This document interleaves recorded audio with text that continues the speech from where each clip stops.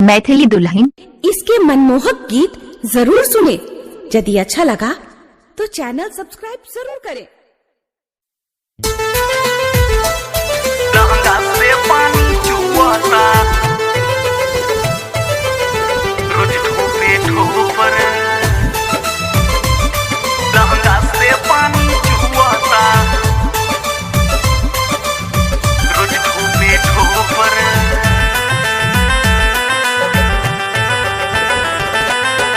दर्द बारा होला साखी रे, दर्द बारा होला देले जब से घोपरे। लहंगा से पानी चुआता रोज ठोपे ठोपरे। लहंगा से पानी चुआता रोज ठोपे ठोपर।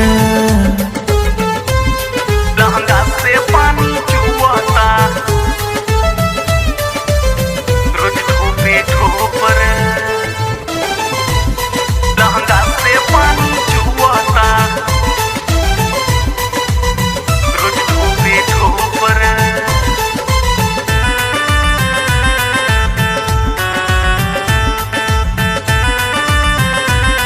लहंगा से पानी चुआता तेज बारा रहे सखी पियावा के भाला।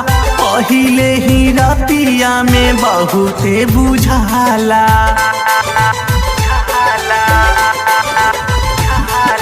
तेज बारा रहे सखी पियावा के भाला। पहिले ही रतिया में बहुते बुझाला। लागता कि जान जाई सखी रे, लागता कि जान जाई देले बा ठोकरे। लहंगा से पानी चुआता रोज ठोपे ठोपरे। लहंगा से पानी चुआता रोज ठोपे ठोपरे। लहंगा से पानी चुआता रोज ठोपे ठोपर। लहंगा से पानी चुआता रोज ठोपे ठोपर। सुतालो में हमारा के लेबल चाहे माजा। गईले दुबाराई तब लेबल चाहे माजा।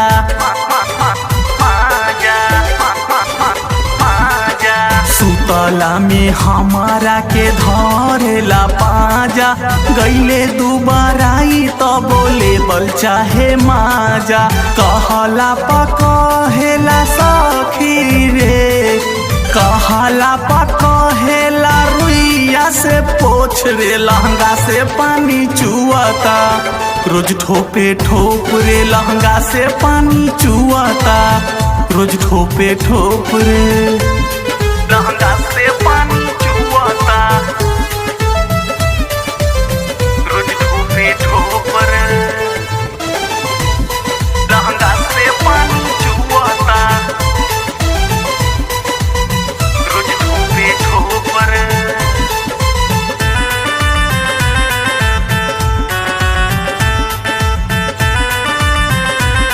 लहंगा से पानी चुआता से जिया पे अपते सरोज करेला तंग हो। छोटू राना जीतावा के धइले बा ढंग हो।